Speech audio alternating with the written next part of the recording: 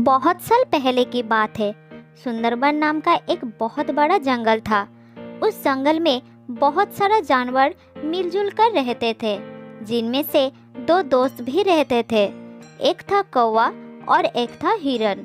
दोनों की दोस्ती बहुत गहरी थी। दोनों एक साथ जंगल में घूमते थे और मजे करते थे। जो मन में आया वो खाते थे और हमेशा तंदुरुस्त रहते थे। वो हर वक्त साथ रहते थे, साथ खाते थे और साथ रहते भी है। वो खाने के तलाश में दिन भर जंगल में घूमते रहते थे और शाम होने के बाद एक पेड़ के नीचे आश्रय लेते थे। कौवा पेड़ के ऊपर एक शाखा पर रहता था और हिरन पेड़ के नीचे एक गड्ढे में रहता था। इस प्रकार उन दोनों के दिन अच्छी तरह से बीतने लगे।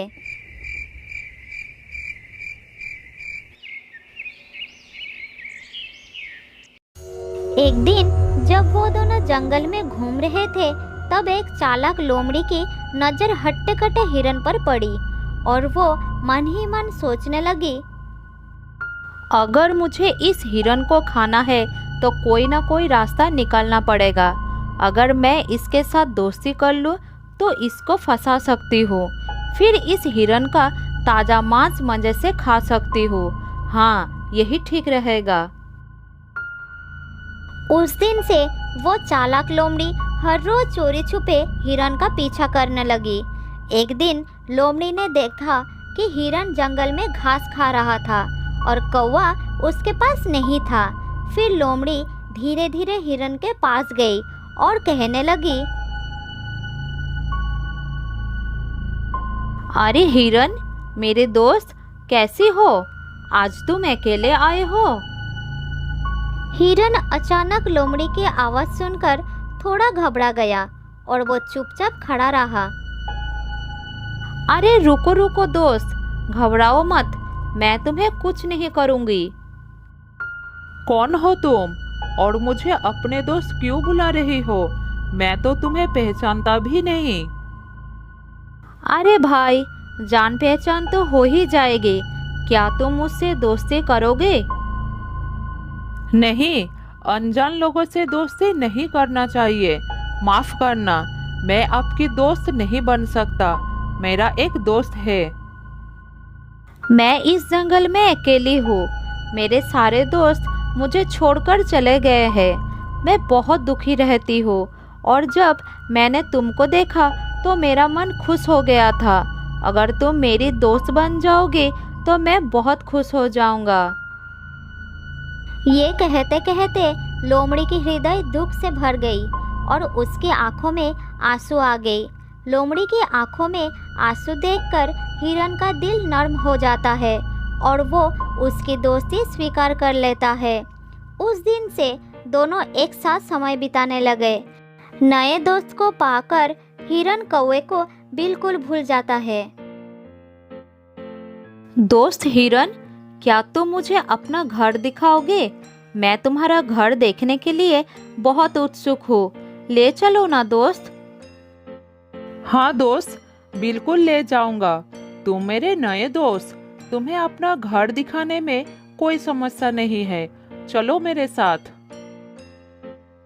हिरन लोमड़ी को साथ लेकर अपने घर के तरफ चलना शुरू किया। इधर कौवा दूर से देखा कि हिरन और लोमड़ी साथ में चल रहे थे। फिर कौवा उनके जाने से पहले ही अपना घर में पहुंच चुका था। तब हिरन लोमड़ी को लेकर कौवे के पास आया। कौवा भाई, ये लोमड़ी मेरा नए दोस्त है। ये बहुत ही अच्छा है। इसका कोई और दोस्त है ही नहीं और अकेला रहता है। चलो हम दोनों ही इसके दोस्त बन जाते हैं। दोस्ती एक लोमड़ी के साथ? ये तो गलत ही होगी। क्या तुम्हें नहीं पता कि वो एक मांसाहारी प्राणी है? इसके साथ दोस्ती मैं नहीं करूँगा। अब ये तुम्हारी मर्जी है कि तुम किससे दोस्ती करना चाहते हो। ऐसा कहकर कौवा वहाँ से उड़ गया। लेकिन हिरन को लोमड़ी पर बहुत भरोसा आ गया था। वो उसके साथ ही घूमने लगा। एक दिन लोमड़ी ने हिरन को कहा, दोस्त हिरन, आज मैं तुम्हें एक जगह ले जाऊंगी जहाँ तुम्हें अपना मनपसंद बहुत सारा खाना मिलेगा। हिरन ने लोमड़ी का बात मान लिया और वो उसके साथ चलना शुरू किया। लोमड़ी ने हिरन को एक खेत में लेके गई जहाँ तरह तरह की सब्जियां उगी हुई थी। हिरन इतना खाना देखकर बहुत खुश हो गया। मेरे दोस्त, अगर तुम नहीं होते तो मुझे इतना स्वादिष्ट खाना कभी नहीं मिलता। अब तुम्हारी वजह से मुझे ये सब खाने को मिल रहा है। हिरन की बात सुनकर लोमड़ी मन ही मन सोचने लगी, हाँ, अगर मुझे तुम्हें खाना है तो तुम्हें खिला के मोटा तो करना ही होगा ना। हाँ दोस्त, मैं जानता था कि तुम्हें ये सब खाना बहुत पसंद आएगा, इसलिए मैं तुमको यहाँ ले आया। उस दिन के बाद से उन दोनों को इस खेत पर आकर खाने की आदत हो गई। जल्द ही खेत के मालिक को पता चल गया कि कोई उसकी खेत को नष्ट कर रहा है और वो किसान उसको पकड़ना चाहता था। इसलिए खेत में उसने एक जाल बिछा दिया।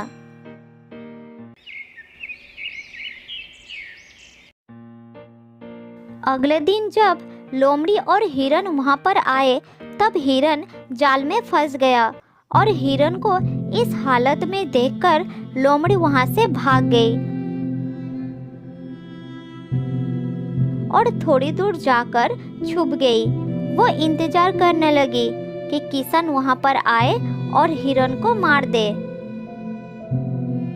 उधर हिरन मदद के लिए चिल्लाता रहा।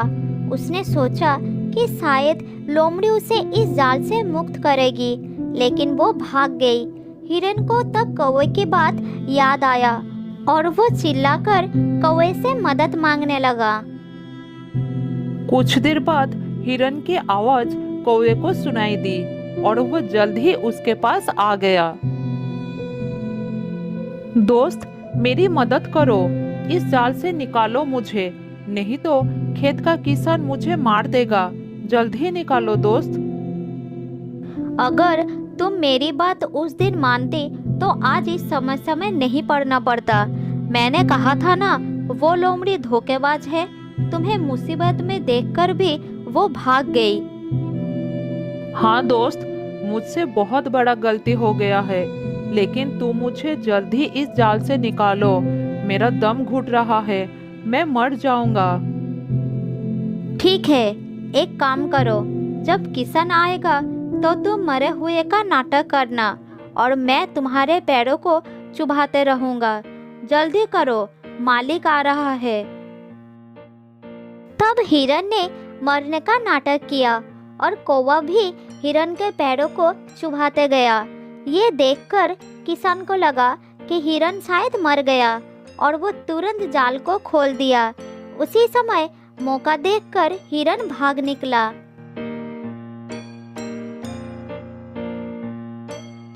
लोमड़ी दूर से ये सब देख रही थी। हिरन के भाग जाने से वो निराश हो गई। उसने सोचा था कि वो हिरन के स्वादिष्ट मांस को खाएगा, लेकिन कौवे ने आकर सब कुछ खराब कर दिया। उधर अपना घर पहुंचकर हिरन ने कौवे को धन्यवाद दिया और फिर से दोस्ती कर ली। फिर कौवे ने बोला, अब उस लोमड़ी को सबक सिखाना पड़ेगा। हाँ, उसे सबक सिखाना ही पड़ेगा। मुझे पता है वो कहाँ रहती है। जैसे लोमड़ी ने तुम्हें फंसाए है ना, उसी तरह तुम भी उसका विश्वास जीतकर उसे फंसाओ। किसी भी तरह हम उसको खेत के मालिक से पकड़वाएंगे। बहुत ही अच्छी योजना है मेरे दोस्त। हिरन कौवे को लोमड़ी के घर के पास ले गई। कौवा हिरन को लोमड़ी के पास जाने के लिए कहकर खुद एक पेड़ के डाल पर बैठकर नजर रखने लगा। हिरन सीधा लोमड़ी के घर के अंदर चला गया।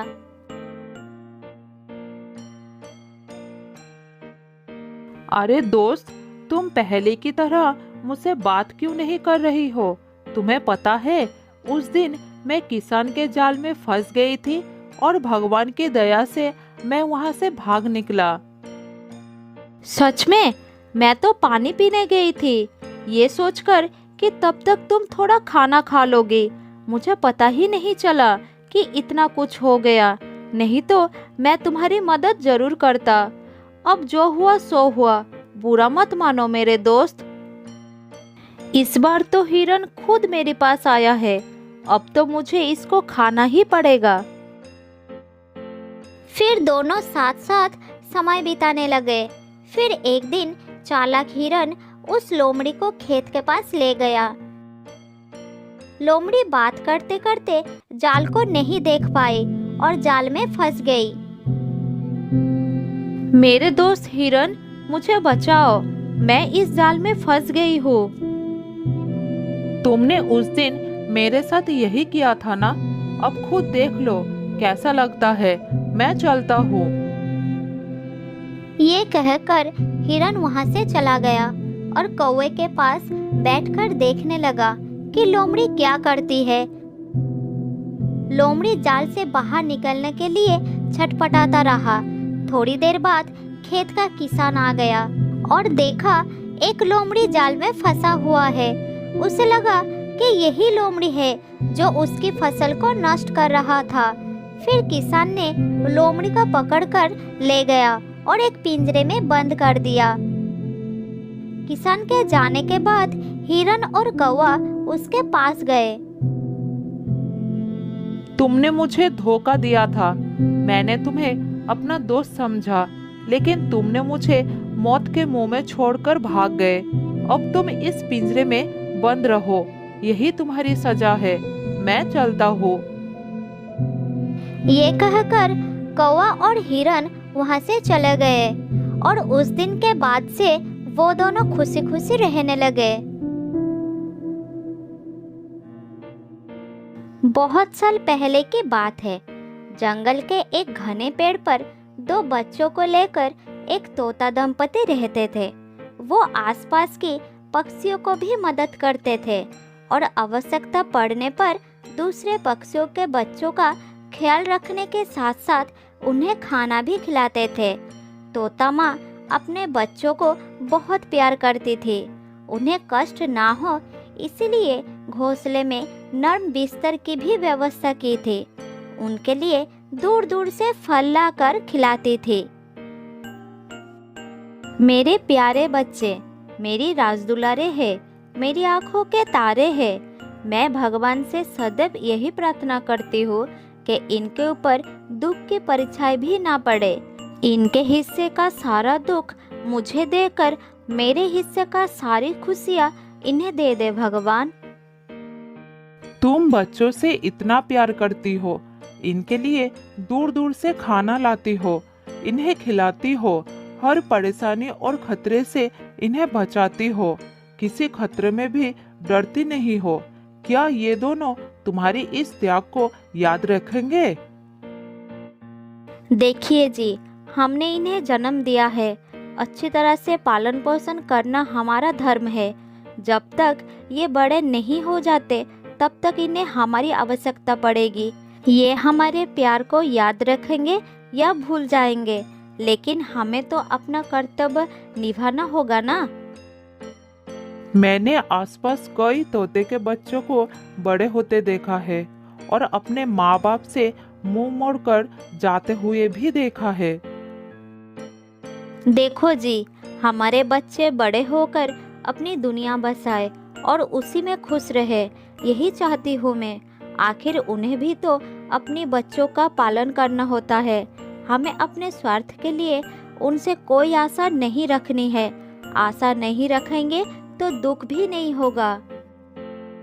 तुम्हारी सोच बड़ी अच्छी है। तुम्हारी खुशी को किसी की नजर ना लगे, मैं यही चाहता हूँ। मैं तुम्हें और अपने बच्चों को लेकर आजीवन सुखी रहना चाहता हूँ। उन दोनों की बातें चल रही थी और पास के डाल पर बैठा हुआ एक कौवा सब सुन रहा था और मन ही मन जल रहा था। दूसरों की खुशियाँ उन्हें बर्दाश्त नहीं होती थी। ये तोते तो अपनी परिवार में बड़े मजे कर रहे हैं।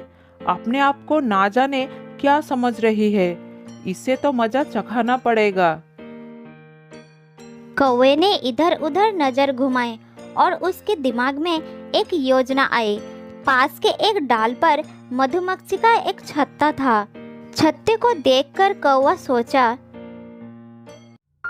अगर मैं इस छत्ते पर टोका मारकर भाग जाऊं तो मधुमक्खियां बहुत क्रोधित हो जाएगी और वो सब छत्ते से बाहर आ जाएगी और सबसे पहले तोते परिवार को देखेगी।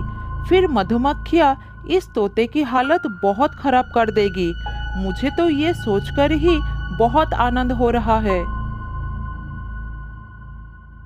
ये कहकर कौवा वहां से उड़ गया और उस छत्ते पर चोंच मारकर भाग निकला।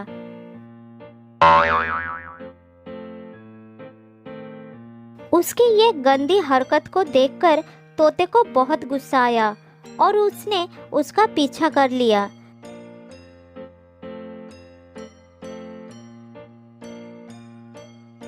इधर बहुत सारे मक्खियों को क्रोध आ गया। बाहर निकलते ही उन्हें तोता का परिवार नजर आया। तोता माँ ने झट से देख लिया। उसे अपने बच्चों के चिंता आ गई। माँ तोता अपने बच्चों को पूरी तरह से ढक लिया। फिर मधुमक्खियाँ वहां आकर माँ तोता को डंक मारने लगे। उसे बहुत पीड़ा हो रही थी, लेकिन डंक सहकर भी बच्चों को बचा रही थी।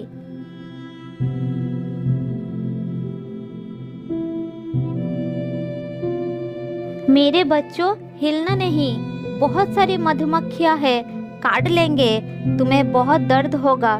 दुष्ट कौवे ने उन्हें छेड़ दिया है।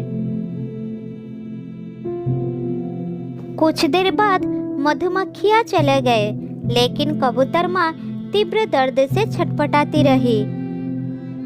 ओह, ये दर्द मुझसे सहा नहीं जा रहा। अरे बाप रे, क्या करूं, कहाँ जाऊं? माँ तोता बेहोश होने लगी। दोनों बच्चे ये देखकर दुखी हो गए। माँ, आंखें खोलो, तुम्हें बहुत पीड़ा हो रही है। हमें बचाने के लिए सारा दुख खुद सहती रही।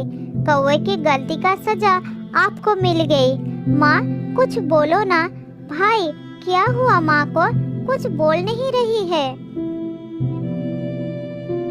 कुछ देर बाद माँ तोते ने आंखें खोली।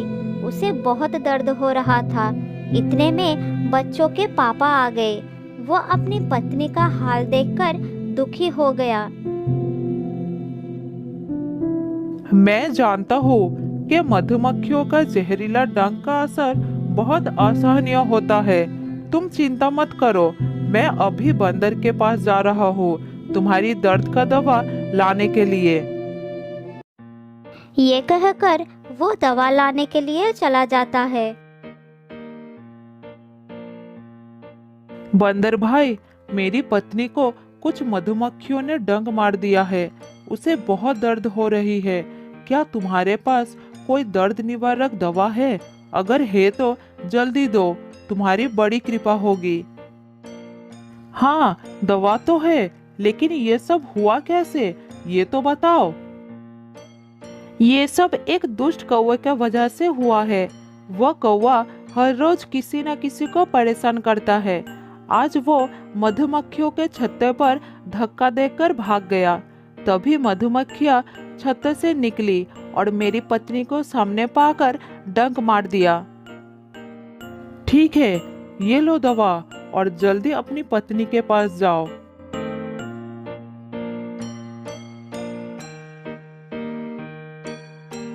कुछ देर के बाद तोता दवा लेकर आ गया और उसने अपनी पत्नी को दवा खिला दी।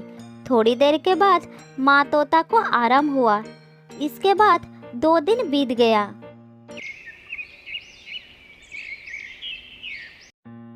एक दिन कौवा एक पेड़ के नीचे बैठा हुआ था। उसके दिमाग में फिर से कुछ योजना बन रही थी। इतने में तेज हवा चली और मधुमक्खियों के छत्ते पर एक लकड़ी का टुकड़ा आ गिरा। मधुमक्खियाँ भड़क गई। उन्हें पेड़ के नीचे कौवा दिखाई पड़ा और सारे के सारे उस पर टूट पड़े। उन सब ने मिलकर कौवे को इतना काटा कि वो दर्द से पागल हो गया। अरे बाप रे, मर गया रे। शरीर का कोई भी भाग नहीं बचा जहाँ मधुमक्खियों ने ना काटा हो। आज तो मैंने कुछ नहीं किया, तो ऊपर वाले ये सजा क्यों दिया? दूसरे पेड़ पर बंदर और तोता परिवार सब सुन रहे थे। बारे शरीफजादे, तुम्हारे शराफत को तो सारे जंगल जानते हैं। 2 दिन पहले की शरारत भूल गए। आज तुम्हें तुम्हारी कर्म का ही फल मिला है। तोते का दर्द का इलाज तो मैं कर दिया, लेकिन तुम्हारे लिए मेरे पास और दवा नहीं है। अब तुम्हें सही सजा मिली है। बंदर भैया, माफ कर दो, साथ में दवाई भी दे दो। दया करो मुझ पर। जिंदगी में ऐसा काम कभी नहीं करूँगा। बहुत दर्द हो रहा है भाई, बचा लो मुझे। थोड़ा दवाई दे दो। तेरी किस्मत खराब है, दर्द की दवा खत्म हो गई है। नई दवा तैयार करने में 2 दिन लगेगा। तब तक तुम्हें यह दर्द सहना पड़ेगा। अब तुम्हें सच्ची शराफत से रहना पड़ेगा। कौवे को अपनी कर्म का सजा मिल चुकी थी। जो दूसरे को अहित करती है वो अपनी कर्म का सही दंड जरूर पाते हैं। जो अच्छे कर्म करते हैं वो उसका मीठा फल पाते हैं।